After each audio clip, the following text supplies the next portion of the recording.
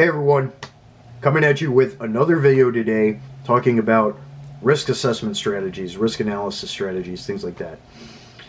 First off, S2 Underground, friends of myself and some of the community with my buddy Will and Gutter Fighting Secrets and some other people. They're really good people, and they have a couple of good videos on risk analysis, risk assessment strategies, and things like that. So be sure to go check those out from them. That aside, I'm going to dive in a little bit on some of this just to help contribute to these aspects in a manner that people can easily understand. So first off, conjunct to some of these prior videos that I've just done, talking about surveillance detection routes, talking about crime prevention through environmental design, defense in depth strategies, and all that stuff. Okay, so that's one side of really the in-process and end result operationally of doing risk assessment and risk analysis to varying types and degrees. Initial risk assessment and threat assessment strategies and points to consider. So understanding threats it can be a very wide range, okay? For a lot of people, it's going to be looking at it in a couple of different brackets. One of them is going to be on a national scale, to include global influence and things like that, okay? Major wars, stuff like that, okay? That's one thing, with some of the most exigent examples of negative events that can happen. The next is regional and then localized, okay? So it's kind of a split bracket with that second one. So regional, your great area, your state, and, you know, to the county level and things like that. State, city, county level.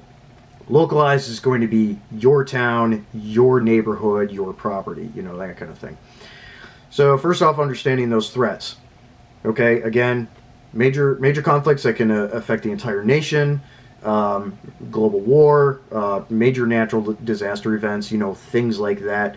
Those are initial points of consideration, and natural disaster is going to bleed into the second bracket point as well, obviously, and I talk about that all the time. Moving into, and that includes government actions too in that first bracket. The second bracket, more localized, state government action at that level. County government action at that level, more of what are the threats in your immediate state and area, you know, cartel activity, gang activity, other organized crime, you know, where are the population densities, you know, cities and things like that you need to assess. And I talk about route planning all the time, so you need to understand the routes in and out of that city and how they influence or affect in proximity to your property and your location, okay? Because if your home is relatively easy to get to from a major city, and it's in an area where the various groups of criminal opportunists may look, that's going to be an elevated risk that you need to assess, okay? Apart from that, just other stuff like that, you know, industrial factors, and again, natural disaster factors and things like that. So what kind of disasters are a major risk in your area? Again, it could be floods, it could be tornadoes, it could be hurricanes, it could be wildfires, and then earthquakes too, you know, things like that. So understand which of those directly affect your area. You need to factor in those, make contingencies if you haven't already. You already hopefully should have. And again, I talk about route planning all the time. That's part of emergency planning as well. Yeah, just take those things into factor and effect and understand how that's going to impact your location and your property apart from any of your family and your mag and things like that. Routes of emergency escape, you know, that stuff. So it's a mix of the simple aspects of just doing analysis and study on what the threats are, and then doing physical, visual assessments of your environment and again these routes and things like that. Okay, so it kind of gets broken into those two things. So from there, again, criminal opportunists, criminal entities, things like that. What's people? Small town people are going to know the local meth head, somebody to look out for, or somebody that may need to be dealt with in an emergency situation who might try and take advantage of the situation and, try and steal the copper out of your house, whatever it is. All those kinds of aspects. Understanding what assets you have at your disposal. Is law enforcement good in your area? Can you work with them? Otherwise, are you just going to be relying on your MAG and your community? Just in that localized area. So, you need to look at those assets as well in the localized aspect. That's going to be a primary sustainment and support factor that you need to look at. So, understanding those things. And then, again, understanding your very localized area, so your property and any surrounding areas, your small towns and things like that, right in your general vicinity within your county. So you got to look at that stuff, okay? Again, routes, you got to look at, where are good points to affect influence. Again, sensitive site exploitation, sensitive area exploitation, to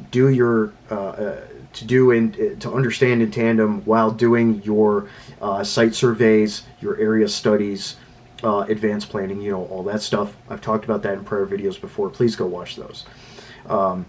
Compounding that all together to give yourself a full assessment package for your understanding in your area and how to implement contingencies, create sound planning, improve your defense and depth strategies and your septet strategies for you and your group of people and your property and everything. So you're compiling all that together after doing all of this analysis and compiling of information and doing these threat assessments and things like that, and then putting it together to make a package for yourself to utilize as the base of how to implement all of these security strategies and defense strategies and emergency planning strategies and everything all together into a what we would call an EAP, an emergency action plan. So that's going to have different levels in your emergency action plan. Again, for emergency stuff and disasters and all that, and then for the other exigent situations, whatever that may be. Anything from martial law to civil conflict to foreign interference in a global war scale, whatever it may be. Again, extreme examples, exigent examples, anything and everything in between, and smaller, larger, whatever it is, okay? There's a lot of different things, again, that you need to factor into. Just having different sound sets of plans within your EAP that you can implement for yourself and make it as sound and effective as you need for yourself. It's going to be different for a lot of people based on where they are and what resources they have, what support they have, all these things. So it's going to vary wildly between people and groups and everything. But these are some of the things that you need to kind of look at and understand, and then structure those emergency action plan lists and then implement them. Practicing and drilling is important, and then understanding the accountability of all your supplies and resources, your logistics, because that's a very broad and necessary thing, because logistics are the mainstay of supporting anything emergency, contingency, and conflict-wise or whatever else, So those are some of those things.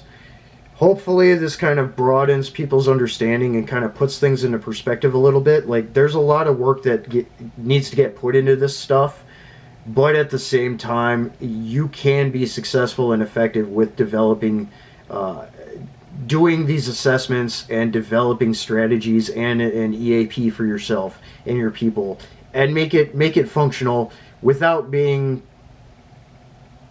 too challenging or too technical. That's really what it comes down to. So make it as streamlined as possible for yourself, but don't leave anything out. Don't overlook anything, okay? So I've thrown a lot of examples and information out there for people.